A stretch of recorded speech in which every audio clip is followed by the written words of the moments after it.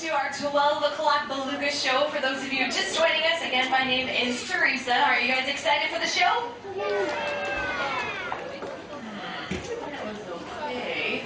It's a beautiful day out. You're at the aquarium about to see some pretty amazing animals, so let's try that again. Are you guys excited for the show?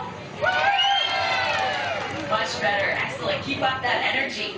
So we talked before the show started about where in the world you can find most beluga whales living. And if you can remember that for me, shout it out nice and loud. The Arctic, or say it very quietly. But yes, you're right, the Arctic. And the Arctic, as we discussed, is a land of extremes. In the wintertime, it is very cold, icy, and dark. The summer, there's an explosion of life, up to 24 hours of sunlight, temperatures increase.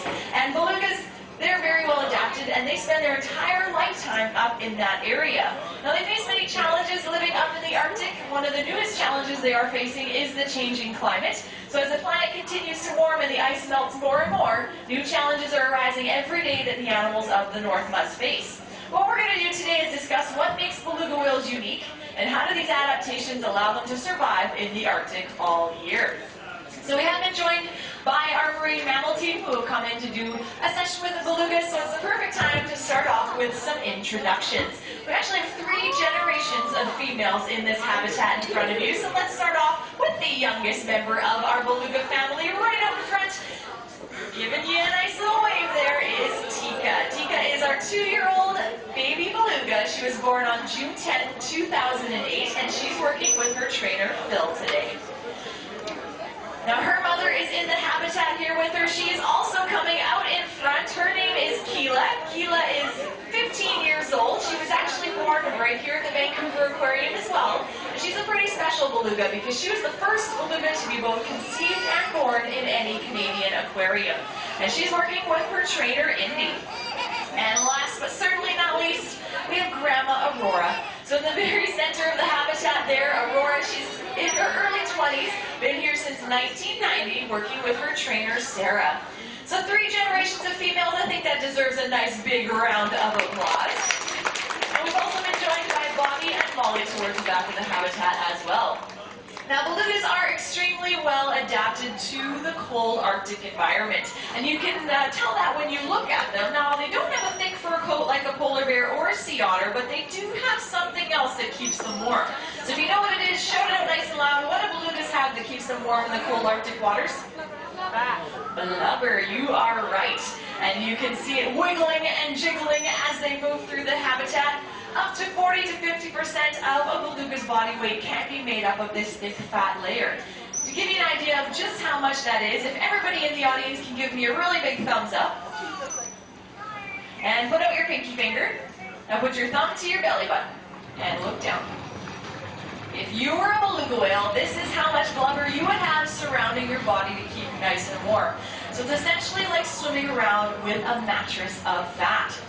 But when you look at a beluga's body, there are some areas that don't have this thick layer of blubber. And when you think about it, when we head outside in the cold weather, it's often our hands and our feet that get cold first, or our extremities. Belugas have extremities as well that we're getting a fantastic look at right now. Those tail flukes and their side or pectoral flippers don't have that thick layer of blubber, so they lose a lot of heat to the surrounding water. So they have relatively small appendages to reduce the amount of heat that they lose.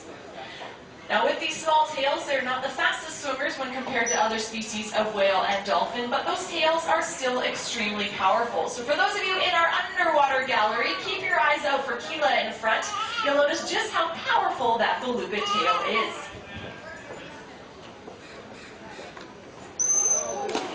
And there she is. You can give her a nice big round of applause for that. It takes a lot of energy to get a mattress of fat out of the water. Now, in this cold environment, it's no surprise that for much of the year, the Arctic Ocean is covered in a very thick layer of ice. But it's ice in this area that makes life as we know it possible. It provides a surface area for the algae to grow and hiding places for many marine invertebrates, fish, and even marine mammals. Now, belugas are adapted to deal with the Arctic sea ice, and you can tell this when you look at their backs. Now, looking at the back of our belugas, what does it look as though they're missing that other whales and dolphins have? That dorsal fin on their back. You are right. Now, it's not actually missing, but by not having a dorsal fin, it allows them to quickly and easily easily maneuver underneath and navigate through all of that ice. Now, rather than a dorsal fin, they do have a dorsal ridge, or that little raised section you can see on Aurora's back in the very center. Now, with ice being such a dominant feature up in the Arctic, changes in it can have a pretty great impact on the animals that live up there. And unfortunately, nowhere in the world is climate change being felt more heavily than up in the Arctic. Now, how is all this happening? Well, just like our belugas have the right amount of blubber to keep their bodies nice and warm, planet Earth's atmosphere has just the right combination of gases that keep it at a comfortable and livable temperature for us. But when we burn large quantities of coal, oil, and natural gas for energy, essentially what we're doing is thickening the blanket of carbon dioxide that surrounds our planet and is causing it to warm and to change. Now, we know the lives of beluga whales will be affected by this change. It will affect their food web. And as the ice retreats, we can also see a lot more boats heading up into that area, putting noise pollution into the water. Now, if you'd like to learn more about how this may impact the belugas and the other animals that live up there, I encourage you to visit our underwater viewing gallery before you leave here today. The belugas face many other challenges as well, especially in the wintertime, when darkness covers the landscape for up to 24 hours a day. Now, because of this darkness, belugas live in a world of sound and can make a wide variety of different calls.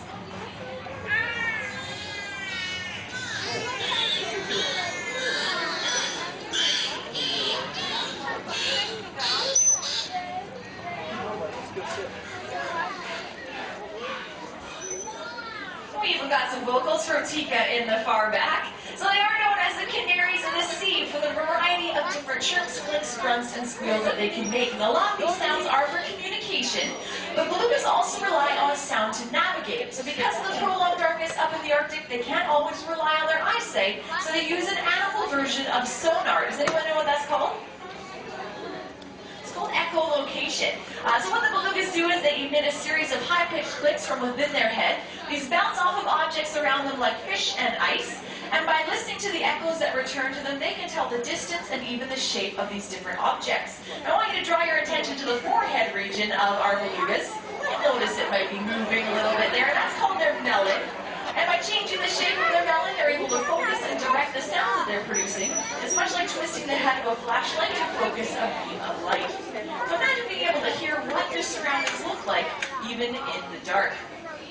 Now, fortunately, winter doesn't last all year long up in the Arctic, and as I mentioned before, the summer is a very different place. Up to 24 hours of sunlight, temperatures increase, the coastal ice starts to retreat, and it opens up new feeding grounds for the animals. So to talk to you more about beluga feeding, I'm going to pass over to Molly towards the back of the habitat. Thanks, Teresa. Hi, everyone. I'm giving you a wave so you can see where my voice is coming from. Belugas are opportunistic hunters, which means they will eat just about anything. Here at the aquarium, we feed our belugas a combination of squid and small fish, such as herring, capelin, and salmon. In their natural habitat, belugas will also eat marine invertebrates like clams and worms that hide under the sand at the bottom of the ocean. Now, you might be wondering how they get to this food, since they don't have hands like we do.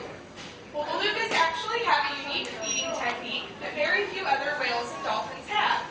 Belugas can use their flexible lips to spit water into the sand on the ocean floor and uncover the animals in this sand. Now, if you'll take a look at our belugas, they're going to demonstrate this technique for you now.